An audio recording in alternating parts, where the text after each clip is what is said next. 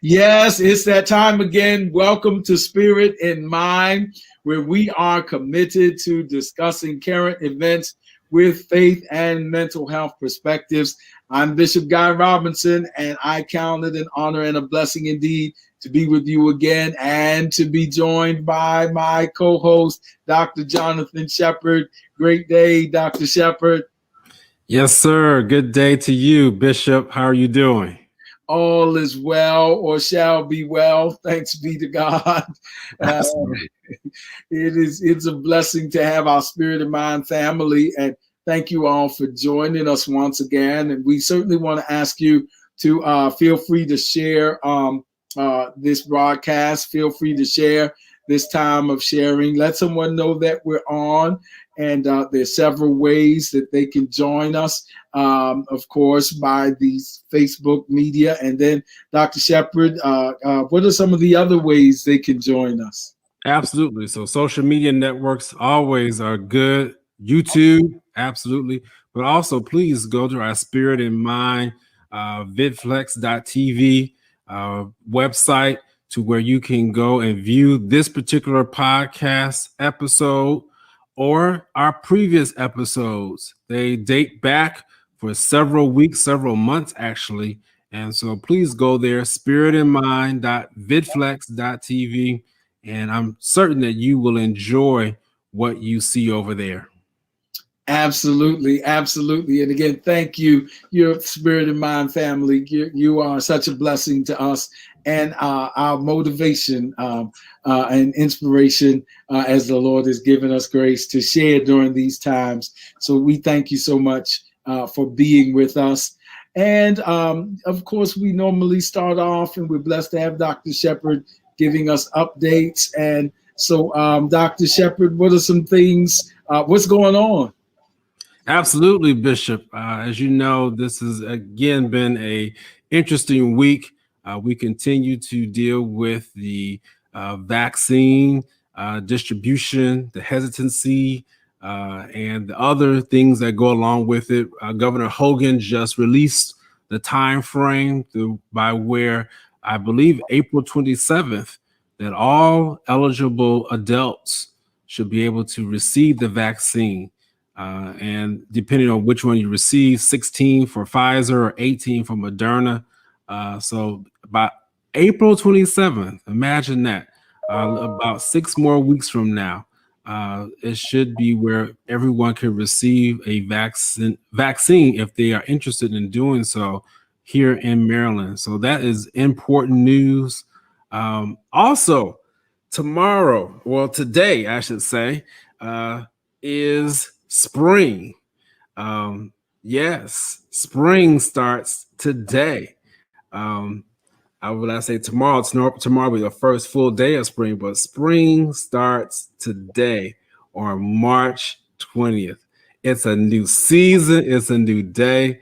So exciting. And let me tell you, Bishop, I am so excited about starting a new season. Man, I am. It's just resonating all deep down inside of me in so many different areas. I'm looking forward to starting a new season in different areas of my life. But let me share with you just very, very quickly what God had placed on me just a couple of weeks ago. So I like to have plants. I'm not a person who has a green thumb, but I like live plants. Okay. Yeah. And so I bought a couple of live plants just right after Christmas, and I bought 2. And when I bought them, I was like, okay, cool. Put them by the window. They're gonna be all right. 5 days later, that thing fell fell down. All the leaves just came off. I mean, not just one. I mean, just and I was like, I'm about tired of this. Like, and so I bought another one, thinking that the one that I had bought was dead. I did not throw it away, but I kept it for some reason because I didn't want to give up on it. And so I bought another one that was very similar to it. Guess what happened? All the leaves fell off of that one too. Even faster. It's 3 days of that one. I was like, what is going on here? So even in spite of that, I went ahead and potted it in one of those nice planters. And yet there was no sign of growth. And so I asked the person where I got the plant from, I said, was it a bad idea to repot these plants during this time of year? And they said, actually, yes, because it's winter season. I was like, oh, yeah, that's true. It's winter season. And I was just thinking to myself, man, I'm about to throw these plants away. They're dead. There's no leaves. And actually, one of them actually had one leaf on there, Bishop. Can you imagine that? Had one leaf on there. And I was like, well, why is this one leaf still on there? And so I'm telling you, I was done. I was throwing this plant away as of last month, February. I actually kept it for a couple months thinking that I was, so, sometimes you want to throw something away and it just takes a minute for you to be done.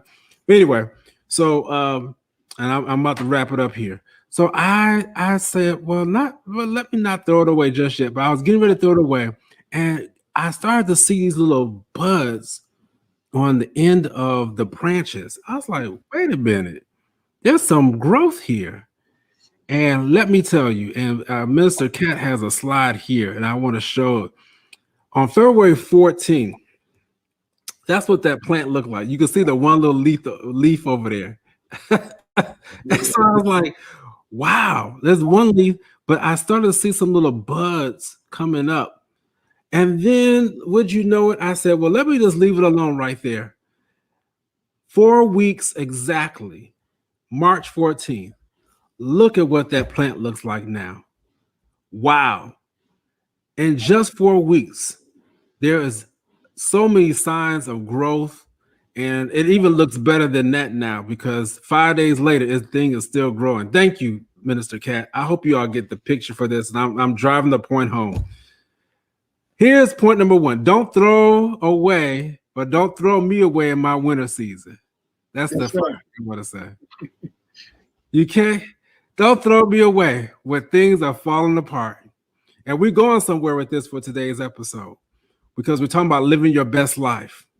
You can't throw me away when it looks like everything has fallen apart around me, even when I've fallen apart emotionally, which is where we're going with this, because there's still some budding inside of me.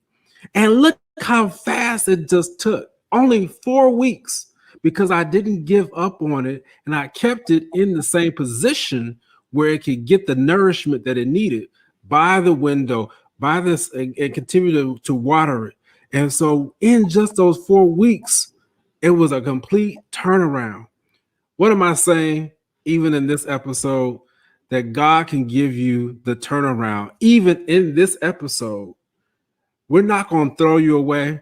We're not going to put you out in the trash. I know I was getting ready to do it, but God said, don't throw away that promise. Don't throw away that thing that looks like it is now all in tatters and pieces. Don't throw it away in this winter season because guess what? Spring is here. It's a new season, and praise God. That's what I wanted to share with you all today. Let's not get weary in well-doing. It's a new season.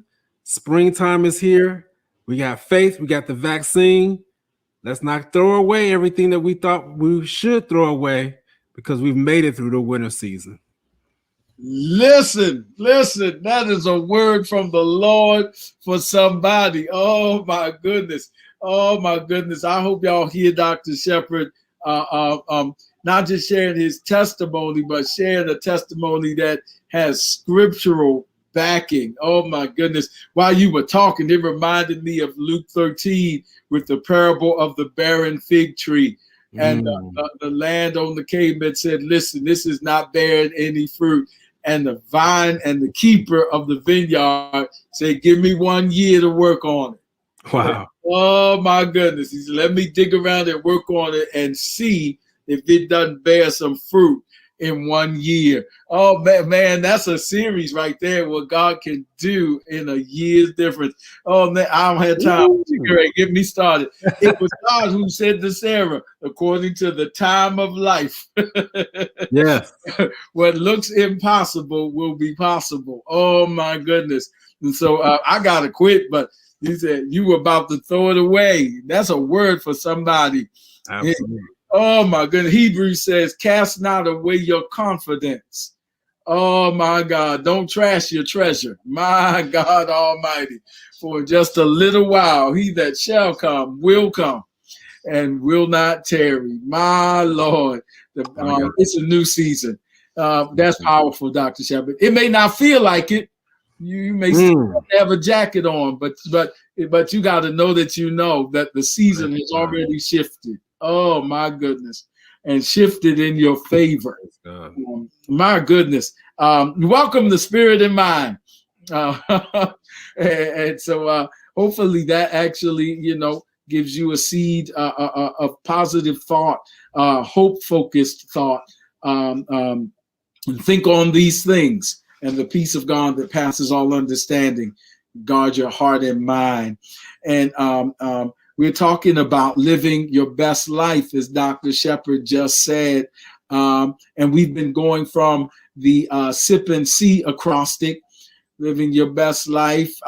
Dr. Shepard, what are those sip and see adjectives? Absolutely. Spiritually, intellectually, physically, socially, economically. And now we're going to deal with the emotional piece. Absolutely. And we thought that we would recap because we've been talking about it. And then we want to tie in some of these themes as we proceed, because talking about living your best life emotionally is so very important. And it's how we're wrapping up this Sip and See Living Your Best Life series. And it's been for the first part of the quarter, really, this first quarter of the new year, January, February, and March. We've been talking about living your best life. And so we want to show you a previously shown edition of Spirit and Mind, but we want you to pay attention to it now because, as Dr. Shepard just wonderfully alluded to, with his plant analogy, when you look at something a little later, you can see new growth. Mm-hmm. And so we're hoping that you will look at this and see some new growth. The subject from this previous edition is living your best life. That's it. What is it, Dr. Shepard? That's in my spirit. What's the subject? Now, see, now you put me on the spot. Emotional intelligence. Yes. We want to talk about. I'll tell you, that word is still in my spirit. If we were in church, I wouldn't be ready to move on yet. But thank you for that, Dr. Shepard. Man, that blessed my soul. But we're talking about emotional regulation and emotional intelligence in these challenging times. There's a whole lot to think about. Yes, some restrictions have been eased with regards to prohibitions in this pandemic, but there's still a lot to think about, still a lot of responsibility that we have to assume, still a lot of precautions of which we have to be mindful. There's a lot going on, a lot of changes going on in people's lives, and they're affecting, have emotional consequences. And so as we prepare, we wanted you to look at this, and then we'll pick up from that in the continuing weeks. And we wanted to ask you to look at it and see where your growth is. And one way to measure your growth is by asking yourselves, and we'll do the same with us, asking ourselves some of these questions. What is emotional intelligence? What is it? We're going to be discussing that on the reboot, on the replay. What is emotional intelligence? In what ways do you think you have become more aware of your emotions? And what things have triggered your emotions this week? That keep your own kind of emotional intelligence journal. We would love to, as you're comfortable, hear how you have, what your results and how you have grown, if you will. What has triggered your emotions this week? And then on a scale from 1 to 10, 1 being calm and 10 being chaos, how would you rate your month emotionally, the month of March? 1 being calm, 10 being chaos.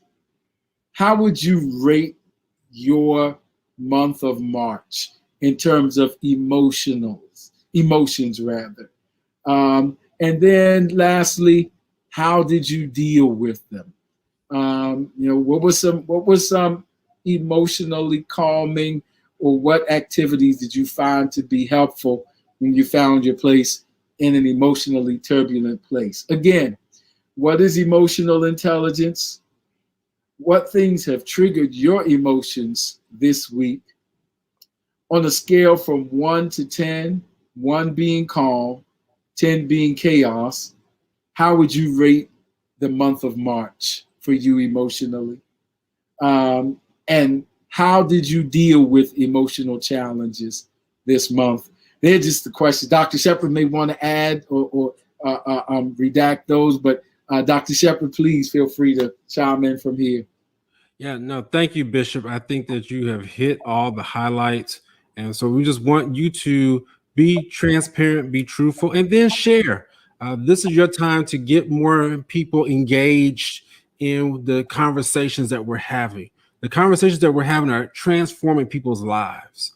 I've seen it, how it has transformed even my own personal life and given me the ability and the confidence to be able to, again, stand before you all, not as a perfect person, but as one who is striving for perfection, wanting to live my best life. And that's what we desire for you.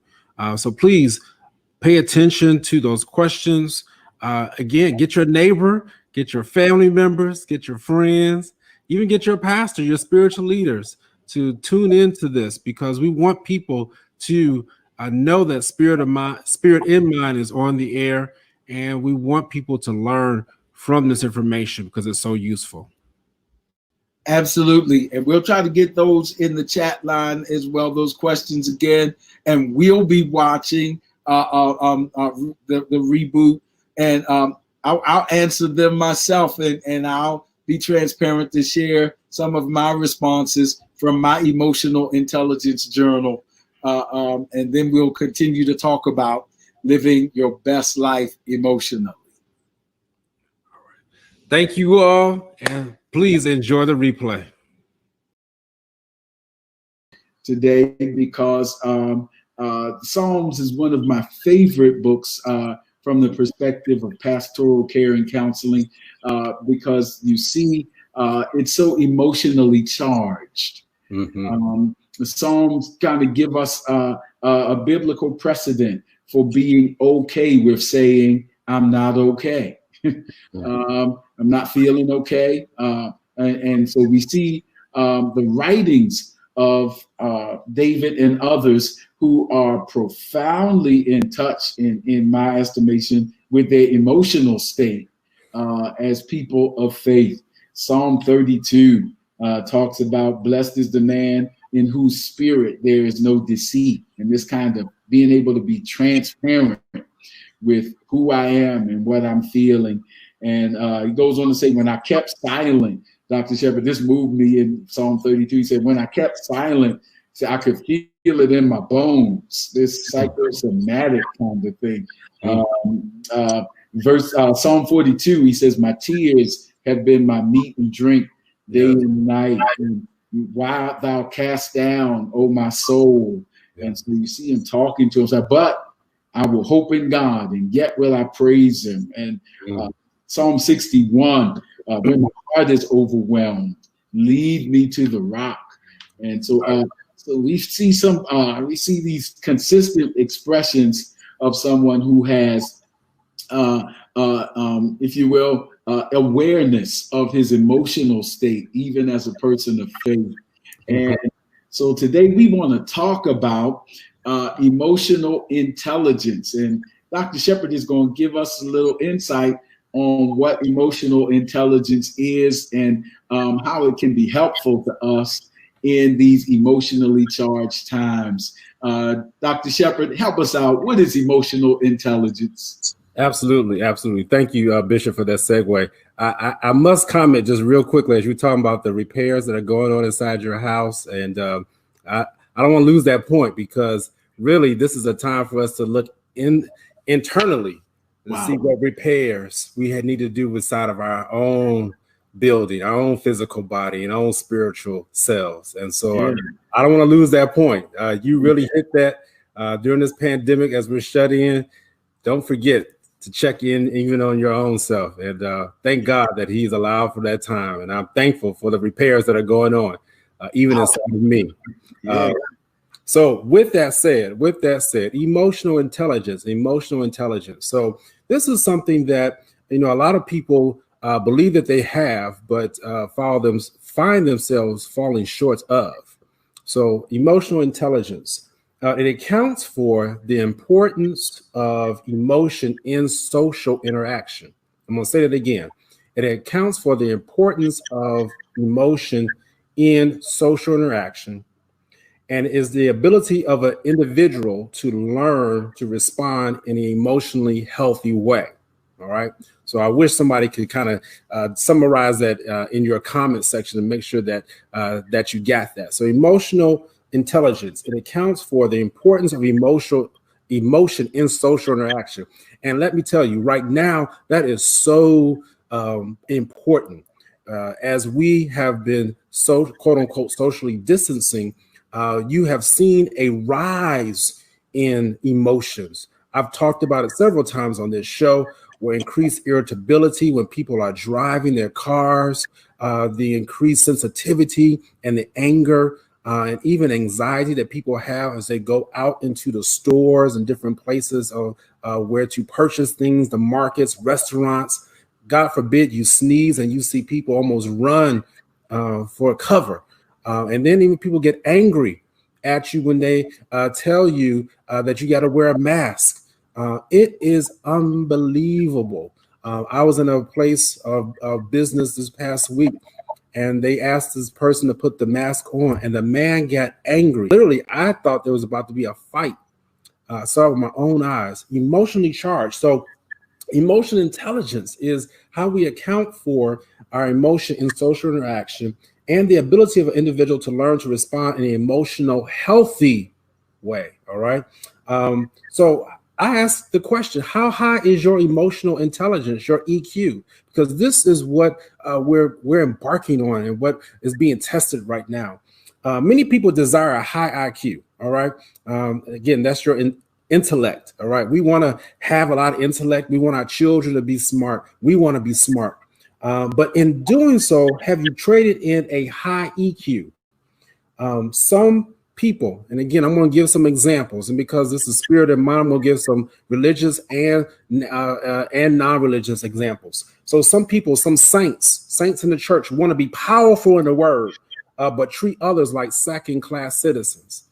That is wrong. A person who's knowledgeable in academics, business, but is mean, non-caring, disrespectful, vengeful, that is not an emotionally stable person. All right. We're talking about EQ here. High IQ, but low EQ. It is the ability to perceive accurately, appraise, and express emotion. That's what emotional intelligence. I'm going to give this example. All right. And then we're going to move this train along. But as a physician, I am a physician. And one who has a thriving practice typically has a high IQ and a high EQ. High IQ, the ability to diagnose and coordinate a treatment plan, but a high EQ is the ability to communicate the findings and share empathetically in the meaning of the results and effects of the treatment. All right. Hopefully you got that. So when you survey and ask customers or consumers the characteristics of a good doctor, overwhelmingly, people will say a doctor who will listen to his or her concerns and is thoughtful in his or her response. So if you want to know the difference between a good doctor and an average doctor, all doctors should be smart. They have IQs, but what separates, as they say, the wheat from the tare is their ability to have EQ and their ability to be able to explain empathetically. That means with some emotion. That means with some caring, with some respect on what is happening to that person. In the early 2000s, in the world of medicine, they implemented this exam called a clinical skills exam to highlight the importance of emotional intelligence alongside clinical knowledge. And so the people who implemented the exam, they understood that an emotional understanding of the clinical situation may be needed to have an appropriate response. So what am I saying there? Is that it's not good enough to have the knowledge. It's not good enough for us to study about the coronavirus and to know all the stats of how many people are hospitalized in the ICU, the positivity rate, the number of people who have died from it.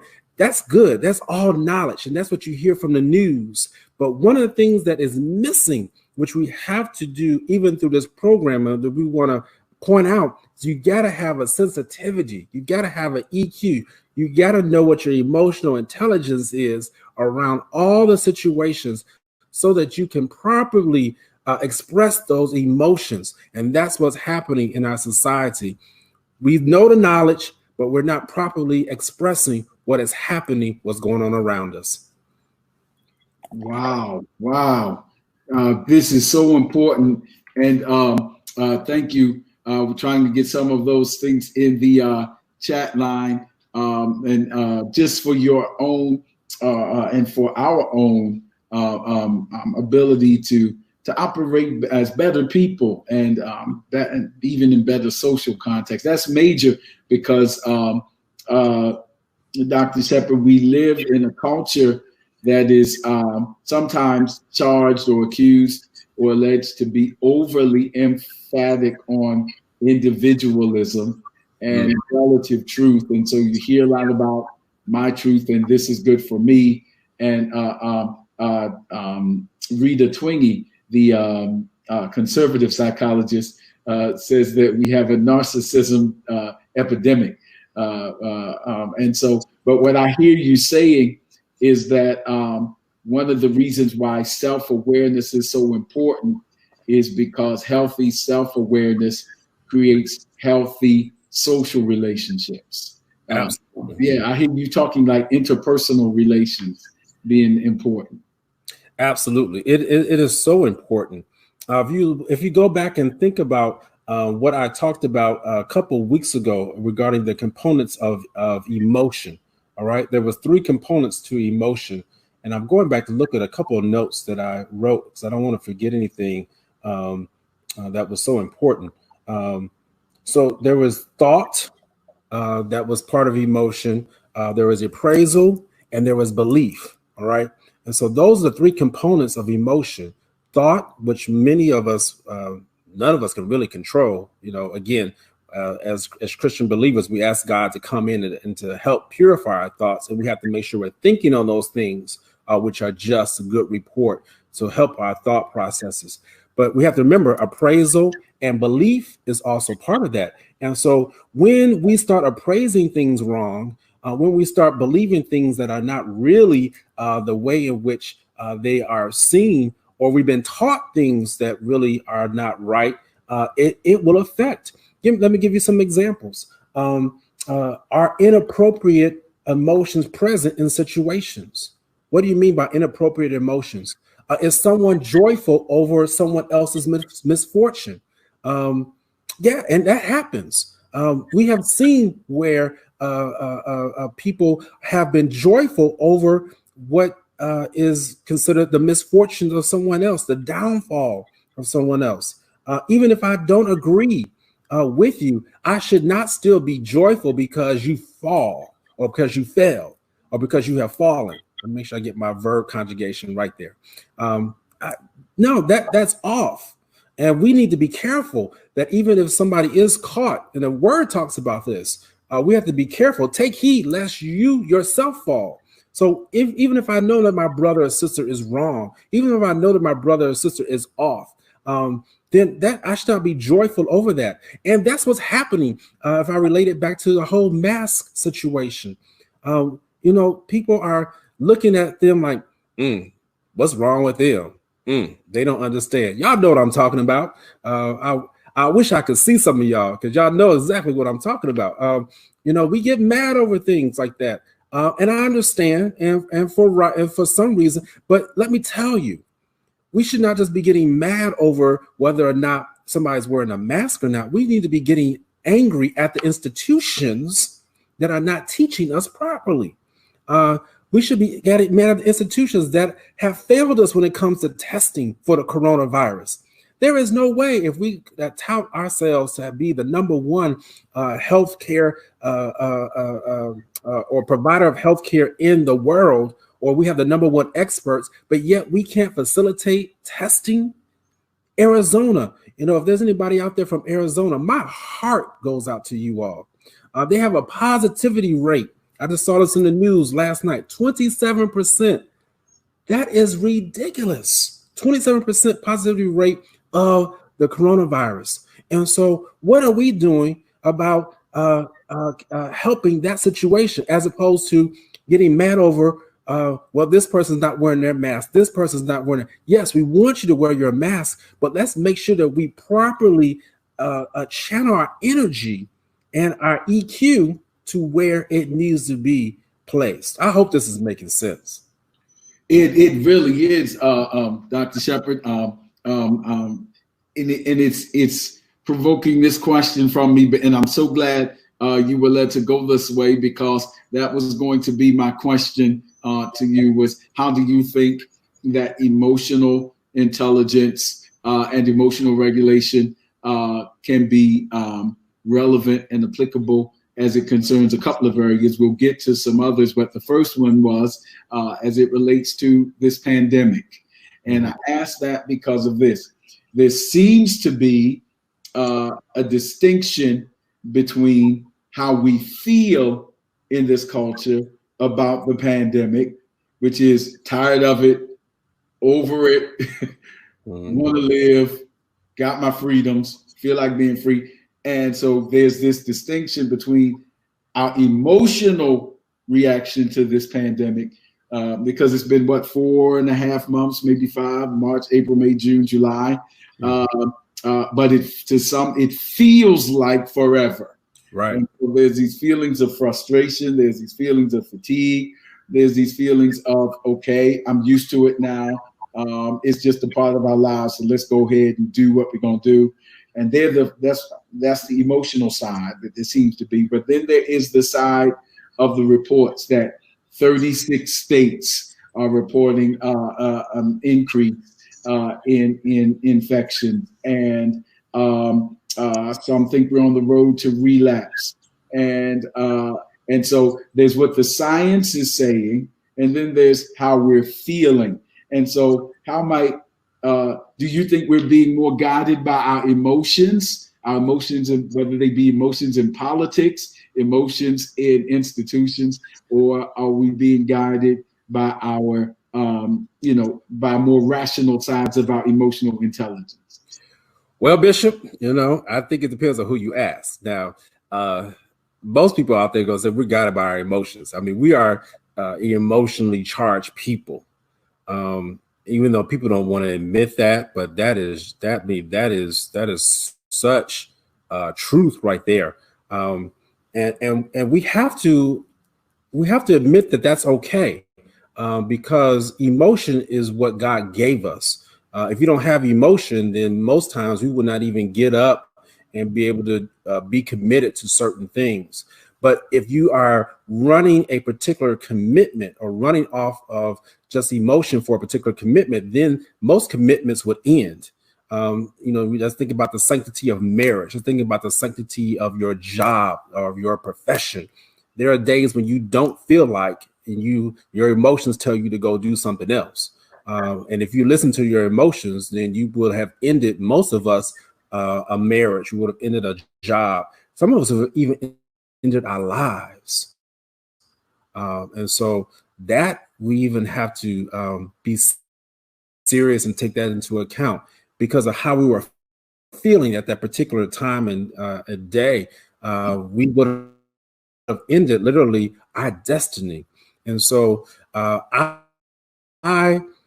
do believe that we right now in this country, if I had to take a poll, we are running more off of emotion versus the scientific facts that are guiding us through this pandemic. And when Bishop, I'm looking to segue into this particular article that I shared with you over this past week, and as I was reading and studying it, religion as itself can really. Hold on one second. Siri's trying to talk to me. Thank you, Siri. I need an amen, Siri. She will do that.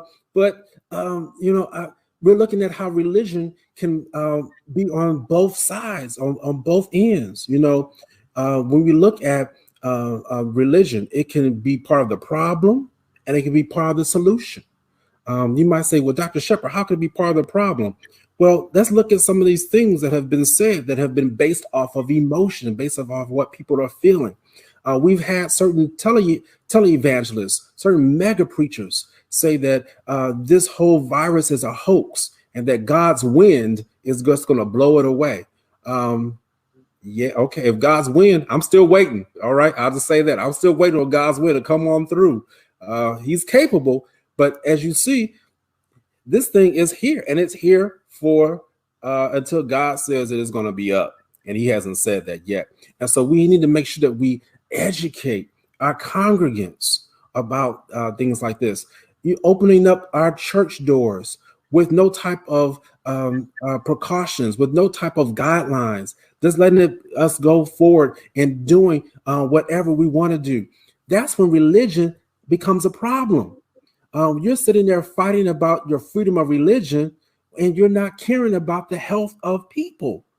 That's where emotion really needs to step in. And that's where I said earlier, I need to check the EQ of some of these leaders because they're sitting here fighting about their right to freedom of be able to assemble themselves, but yet they're not caring about the people whose lives they put it in jeopardy when they come together and don't abide by those rules. There is something wrong there. And you'll never get me to agree with somebody on that because there's something off there. The word states specifically that we are to care for others as we would care for ourselves. We're to love one another. So something is off there. If you don't understand how you are putting someone else's lives at jeopardy with your decision making when it comes to religious gatherings. But then religious gatherings can be a part of the solution because if you're abiding by those rules and you're abiding by the local public health guidelines, then you should be implementing those things that allow for people to get the relief. We know that religious services provide the relief from anxiety. They provide the education. They provide the spiritual connection that people are so desperately in need of during this time. So we have to make sure that we balance out the two. But and those who know me, I'm bold. I would even attest that you need to check the EQ of your spiritual leader right through here because that is important. And you can test it by knowing whether or not are they caring for their saints or the congregants that they have shepherd over or have leadership over during this time. Absolutely. Absolutely. You raised some powerful points as always, Dr. Shepherd. And it reminded me, of course, and I'll bring everyone up because our viewers are part of Spirit and Mind too. We've been dialoguing and sharing and looking at some scholarly research as it concerns this mindset of emotional intelligence, emotional regulation.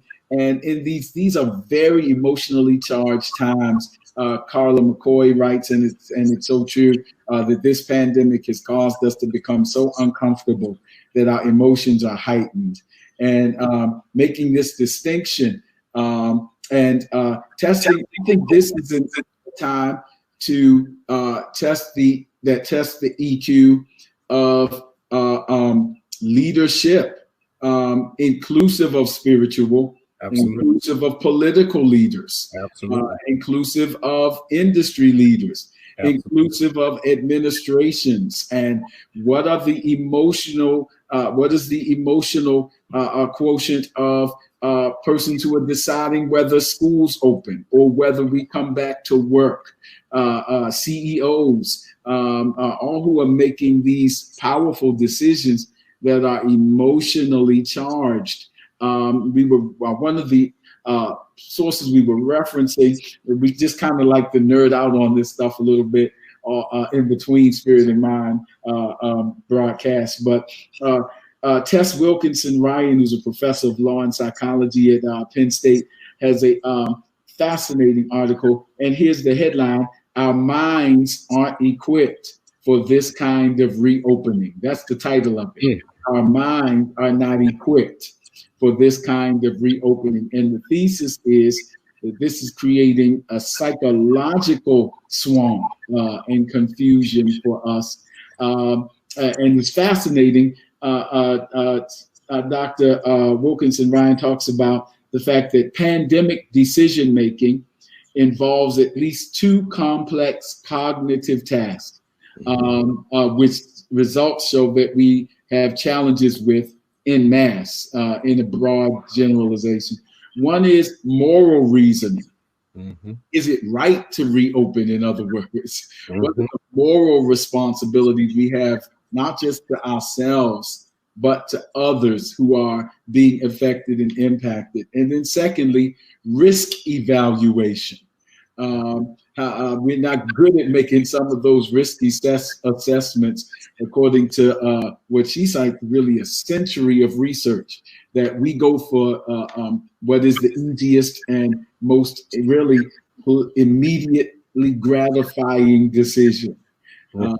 And so this idea of knowing where we are emotionally and then being able to even balance it with, if you will, I don't want to put these at ends, but being able to rationalize how we feel with some more rational understandings and having this dialogue and coming to decisions that way. So that's so very important.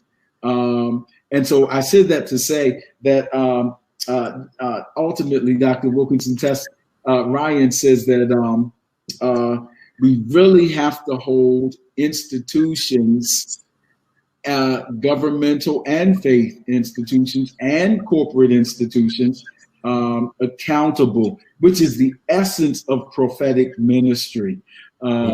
Just blending a little theology into this discussion. I know that we speak of the prophetic ministry oftentimes as foretelling, and that is a component of prophetic ministry, but it also involves forthtelling, which is discerning the times and holding leadership accountable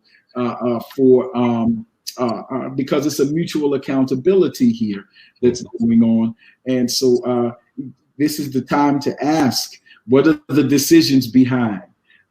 It's not just a political thing, and it's not just Christian. Let's be clear. What I loved about the research article, one of them, and I'm kind of got all of them in my head, but one of the ones we discussed, Dr. Shepard pointed out that it's not just even a Christian thing, but even in the Jewish community and even in the Muslim community, with leadership trying to balance almost, which is a continuum, from saying this thing is an absolute hoax and is non-existent, which is the epitome of perhaps malignant denial, to this idea of absolute fear-mongering.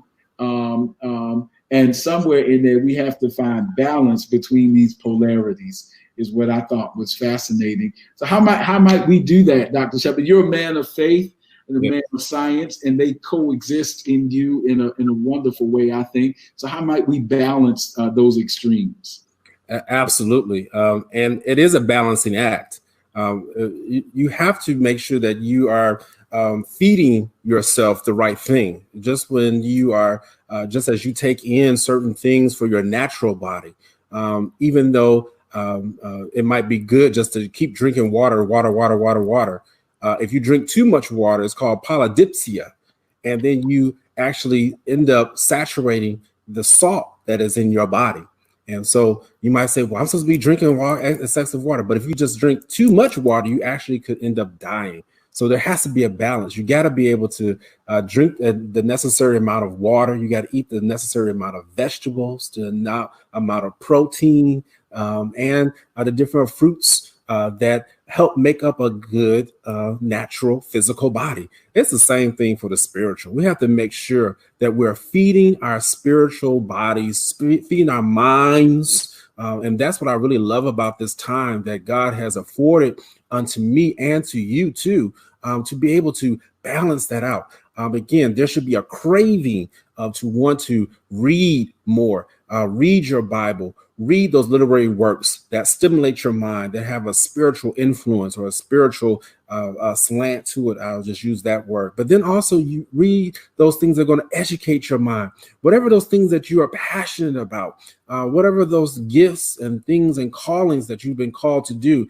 This is your time to be studying that. This is how you're able to help balance and to be able to help figure out who you should be listening to during that time.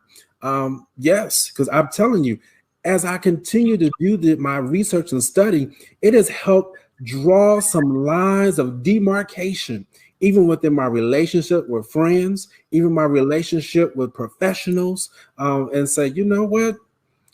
Thank God for you, but right now, this is not healthy for me. And so you need to make sure that during that time and I spoke about this, Bishop, and I normally don't go here too much. I let you deal with that whole theological side of stuff, but I need to say this because there was even an awakening within me yesterday. Many of you all know that I also do a show with my organization, and I really just stick to mental health disorders. And one of my associates was listening to that and was commenting. And he asked if we could talk after the show, and he prayed for me. And one of the things that I asked for before he prayed was, I'm in a spirit of, I'm in a place, a season of transition. I know that. And so many of us find ourselves right there. We're either going into something, we're in the middle of it, or we're coming out of it. And so, you're always in the middle of transition. I can feel that more so than ever. And so I asked for that prayer of transition. As God is doing that for me. Why is this important? Because as I am in that season of transition, your ears need to be attuned to where you are at.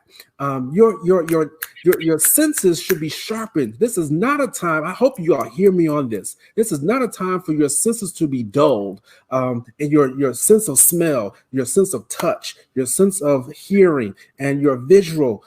This is the time for it to be heightened. Even your sense of taste. Those are the five senses. Those things should be sharpened so you can know where you're going to go and help guide, allow God to help guide you to that place. So those are some of the things that I think that we need to keep ourselves so that we are naturally balanced. All right. I just told you some of the things you need to do. Eating those different things. Sleep needs to be included in that. Taking some time out for yourself. Exercise, relaxation, all of that for your natural body. But our spiritual body, again, should be built up during this time, doing those various methods that I talked about earlier. And so let me just say this, just before I end. You talked about moral development. And I'm just going back to that real quick, because you can really test somebody. And I know the Bible tells us that, you can try fire or you can try the spirit by the spirit. And so that's why you want to make sure that you have a spirit of discernment. All right. I'm not saying you go around judging people, but you gotta try things by the Spirit. Every person out there on Facebook, on social media, saying that they are under the name or banner of Jesus Christ or under whatever thus said banner. I hate to tell you, but they're not espousing information that is accurate, and you have to try the Spirit by the Spirit, and there's nothing wrong with that. Your senses should be so heightened right now that you say, that just that don't sound right, and you got to know the word. So that's why your IQ is important. So you got to know, you got to be knowledgeable. So when somebody said, wait a minute, even to myself, and you see, as I correct myself, when I hear myself say something, I was like, wait a minute, no, that's not correct, Jonathan. Let me go back and say it correctly, because that's how attuned that we should be. And you need to check people's emotions. If people are you hanging around with, laughing about folks who are going through right now, and or not building you up, girl, we might as well just go ahead and quit. Wait a minute. No, that's not the person you need to be around right now. We need to find ourselves of how we're going to do better. Yeah, I know we're down right now, but how are we going to come on out and do this better? All right, that little preacher be.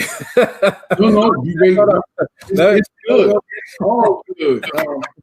Let me tell you why it's been good to me. Because what I hear you talking about is this idea of emotional intelligence and self-awareness, to know where our emotions are, to be able. I got a couple of things. One, and what you're talking about, and checking yourself in this time, this ability to engage in self-talk that is healthy. First of all, we see it in the psalm. I think I just quoted the song. We said, "Why art thou cast down, O my soul?" This is how we feel. But this is what we're going to do. Right. And that ability to acknowledge feelings, but also understand that every feeling does not have to be factual, in terms of that this is how I feel, and I'm acknowledging that because I need to be open and transparent with myself. Because there's another psalmist, as in 32, he says, "You desire truth in the inward parts." So I have to be honest with myself, and that's what prayer and this devotional time and quiet time. We spend so much time trying to run away from stuff. You used a powerful analogy at the beginning from my disclaimer, Dr. Shepherd, that I was so very busy. And those busy things always gave me reasons to go out of the house and not realize what needed to be fixed in the house, or to diminish the necessity of fixing them. And so, but when God, one of the most powerful scriptures, all of them are powerful, but pertinent to this conversation, I'm reminded of Genesis when it says, "And Jacob was left alone, and there he wrestled with an angel." When God gets us in solitude, it's our nature to kind of want to find something else to do to avoid that introspection. But maybe we have to consider that God has us in this moment for an introspective moment. Yes. To work on some things internally, because if we strengthen our infrastructure, our relationships will be healthier.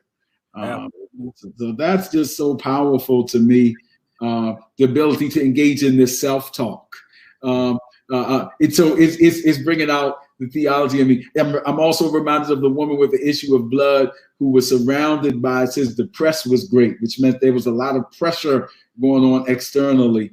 But the most powerful thing in that verse for me right now, but she said to herself, if I can do this, if I can just touch him, if I can make a connection, if I can disconnect from all of this external pressure and make this personal connection with my Savior, then I shall be made whole. But she had to talk to herself. And so I just want to submit that this self-talk season can be helpful. It can build us up. And if we don't run from it, but if we allow the Lord to show us some things that need to be done internally, and maybe that's a reason. It's not the first time in the scriptures that there's scriptural precedent for God making the temple inaccessible, for making the temple unavailable. It happened when they were in Babylon. It happened when the temple was destroyed again in 70 AD by the Romans. So it's not the first time in the history of Christianity that God has made the temple inaccessible. When the temple was inaccessible, the prophets rose up. And the prophets began to discern the culture and the times and to speak truth to power. And so it seems to me that that's the season we're living in right now.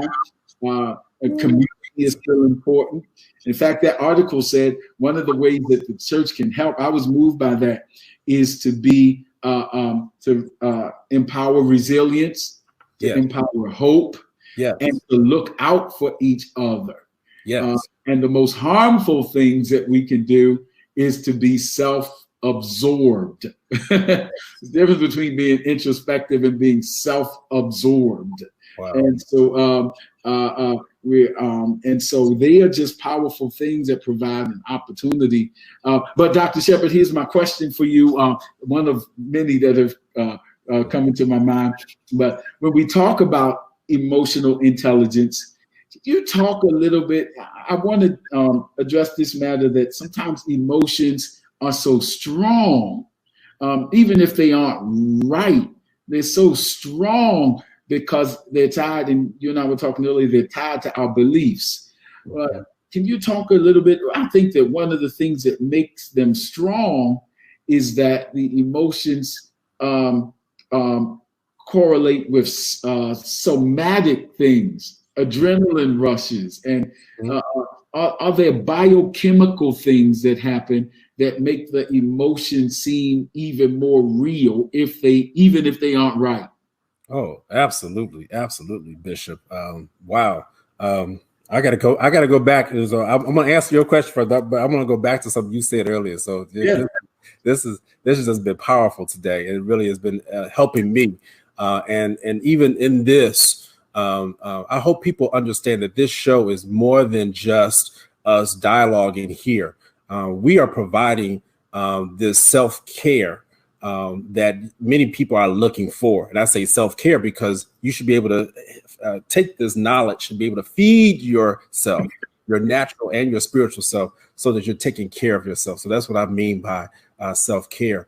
So yes, Bishop, there are some physiological things that occur definitely with emotions. And so there's increased heart rate, increased breathing, that occur when people get excited or emote. You notice it even when you go into houses of worship. You can tell when somebody is having a good day versus a bad day in the house of worship. You can almost tell with certain people. And again, I'm not bashing. I'm just saying you could just be the observer of people. You don't have to be a psychiatrist. You could just look at this and say, oh, okay, so-and-so she feeling it today. You really see it in the choir. When the choir is really going forth, you can just tell, okay, oh yeah, they on it today. And of course, Bishop, being a man who studied music, but then you look at them, some days they walk out, he's like, oh God, I don't know what we're going to get today. Because and a lot of it just has to do with emotion. A lot of it has to do with what just happened even prior to. That's why it's so important that before you go to do any type of test or performance, or before you do something that is really major, that's why people will take advantage, I'll use that word, of your impulse buying, because it's all emotion. That's what gambling's all about. That's what even certain car dealerships and other people, they take advantage. They have a lot of bells and whistles. They get you all revved up. They use your eyes, your ears. You got these lights and stuff and glitz and glamour and wow. And it causes you to go ahead and not to think, wait a minute, I really don't have that money to buy what I'm about to buy or spend, because your emotion has gotten the best of you. All right.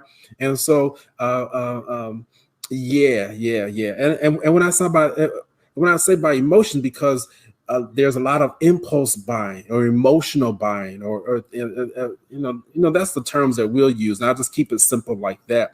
But what happens in the brain, there's a neurotransmitter called dopamine. All right.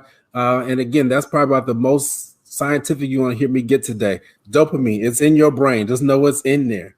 And when your eye gate and your ear gate and all those different things take those things to your brain, all right, and send signals to your brain, it releases that dopamine to say this is the feel-good neurotransmitter. And it's gonna make me feel good.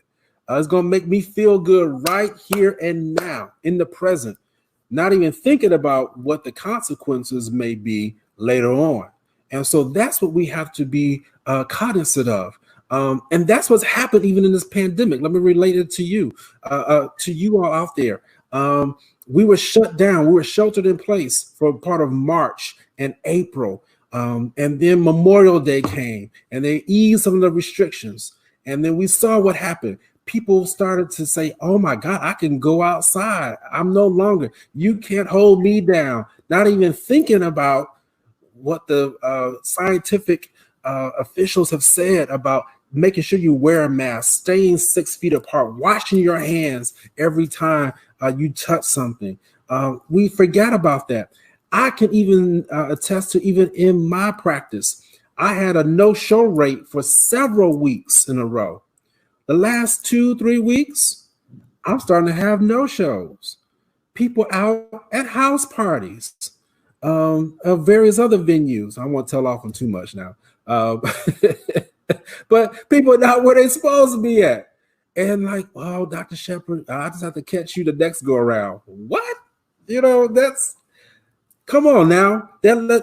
What they're showing to me, and again, and I'm careful not to just blame the people all the way around. But what's happened is I understand their thinking. They've been shut down for so long, and you tell them now they can finally go out. It's like, they go from 0 to 100. And so now they find themselves doing things that many of them now have regretted. I heard a story recently about a young lady who she was destined to have a birthday party. She was just going to have one. She was going to live it up. She even got a party bus. And shame on those people who even allowed that to happen, to rent a party bus. But the end of the story is that the young lady got COVID-19 and is in ICU right now. Again, she wanted to live. She wanted to make sure she celebrated her birthday. I'm telling her now, and again, I don't know her personally, but if I could, I would say, we got to think about this so you can live to see your next birthday.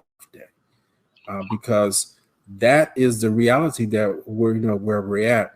And so, all those different things can flood your mind.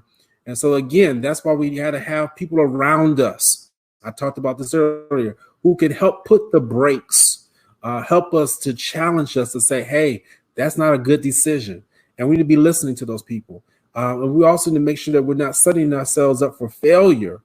So that our emotions don't get the best of us. Wow.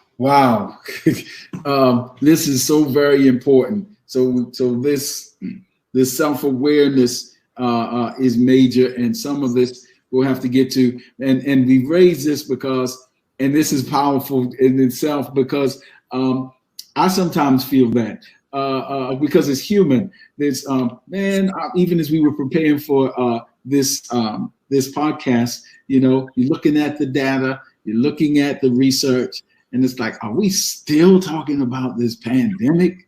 And, that's my transparency of my emotional process going,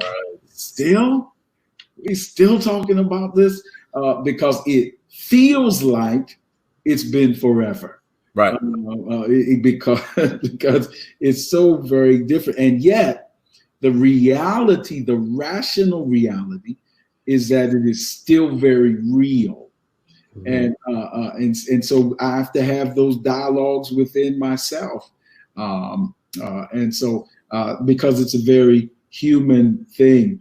And, Jesus talks about the hearts of men failing them because of fear. Um, and so we're trying to find this balance between being absolutely fearful that again, that scholarly research is showing, and the extreme of totally, like, again, I call it malignant denial. It's acting like it's not there to the point that it becomes dangerously life-threatening, Right. taking crazy risks. And and we haven't gotten to, and perhaps because we're in our last 5 minutes, so Dr. Shepherd, we didn't even get to discussing emotional intelligence, not only amid the pandemic of COVID-19, but we haven't talked about, and perhaps that's where we'll pick up next week, and will probably carry us, emotional intelligence as it concerns our ongoing issues with systemic racism, which some people, again, on the same continuum, we understand on one end that everything is not race, perhaps, if you want to go with that end of the continuum. Some people are there. Then other people want to go to the extreme that it just does not exist, and that there's no such thing. And even in church community, so we'll pick that up. But that's in another emotionally charged subject, because there's strong feelings about it. But then there's actually been considerable research on the psychology of racism and the sociology of racism. And the research just is what it is. And so we need to talk about that next week as well. Maybe we could give a tease, because I know you had some of those issues that charged you this week. You want to give a little bit of a headline? Oh yes. We're gonna have to talk about this. So again, we're around the same wavelength, because I was like, Bishop, we haven't even touched the subject of racism. So we have to touch this issue of having two justice systems within our country, two criminal justice systems within our country. It is abominable to have a Roger Stone who is now freed by the president's pardon, and yet the murderers of Breonna Taylor are still free. That makes no sense whatsoever. And so, again, we have to talk about that. We have to talk about in the workplace, the EQ of your supervisors, of the people who are your peers, your colleagues. I'm dealing with that even within the American Psychiatric Association right now, which I'm a proud member of. But let me tell you, there's some straight up institutionalized and systemic racism even within that organization that has to be dismantled. I'm even looking at an article right now. The headlines, it says, Black psychiatrists call on white colleagues to dismantle racism in profession and APA. There are so many different examples I can give to you of within the area of medicine of where we've got to attack this. And one of the ways in which we do is understanding the EQ of the people who you work along with, your supervisors, and even within the institutions that you work for. There was a statement that was made in the article, and then I'm going to end with this, Bishop. It talks about how humans struggle to estimate the correct answer to a problem without drifting toward the answer that best serves their own interests. Absolutely. I'm going to say that again. Humans struggle to estimate the correct answer to a problem without drifting toward the answer that best serves their own interests. And that's what we're talking about here today. We have got to make sure that even if it is a tough conversation, and we got to have these tough conversations if things are going to be dismantled, no longer will Jonathan Shepherd stand by and allow people to get away with things without having that tough or uncomfortable conversation. It may make me feel uncomfortable, but one of the things I understand that even when I'm uncomfortable, it takes me out of that season of transition that I'm in to another level so that I can continue to progress and move forward. And if we're going to have some real dialogue and see the end to systemic institutional racism and be able to heal from the historical trauma that we have been facing as Black people, we've got to be able to do that. So stop seeking our own interests and let's look to get collective healing that we know is necessary. Amen. We'll pick up there next week. So please tell somebody about next week. And again, I hope you understand the context that it's not bashing. My background in training deals a lot with marriage and family therapy. And one of the things that we talk about in healthy marriages is the necessity of being able to have fair confrontations. Or actually, we call it fighting fair, is the colloquial expression. What it means is that if a relationship is going to be healthy, actually silence and avoidance is not a sign of health. Some people brag about that and say, we never disagree. We never argue. Well, the marriage and family therapist side of me would beg to differ. What it means is that you repress a lot of emotions. Right. And you avoid a lot of stuff, because the idea of a healthy relationship is not avoidance, but it is healthy confrontation. And that's why emotional regulation is so important. And that's what Dr. Shepard's alluding to. If we're going to heal this racial divide that is now as old as this country, it keeps coming up. Because if you know the history, every time it's time to make a significant advance in healing the relationship, a party reneges and regresses. And so that's why it's still an issue. So we're going to be talking with that and talking about those different justice systems and how they show, and the president's commuting the sentence of someone and all of that kind of thing. So join us next week for Spirit in Mind. We want to see you. And in the meantime, stay connected. What's your information one more time, Dr. Shepard? Yes, please stay connected to me. You can look on right here on the screen, spelling of my name, Dr. Jonathan Shepard. You go to my Facebook page, like it, and you'll continue. Hit the turn on notifications. So every time I'm going live, you'll know when we're going live. You'll get some powerful information. I'm doing my best. Keep me in prayer. You can look at me at Dr. J. Shep on Twitter and for Instagram. So those are the best ways to find me. In case you're looking for direct care services, let me say this. I don't normally say this too often. I am located in Woodlawn, Maryland, Hope Health Systems. Check us out, Hope Health Systems. You can go to our website. And if you're looking for any direct care services because you know, or you or somebody in your family or someone you know is in need of direct care services for psychiatric or mental health services, please look us up. We'll do you some good. All right.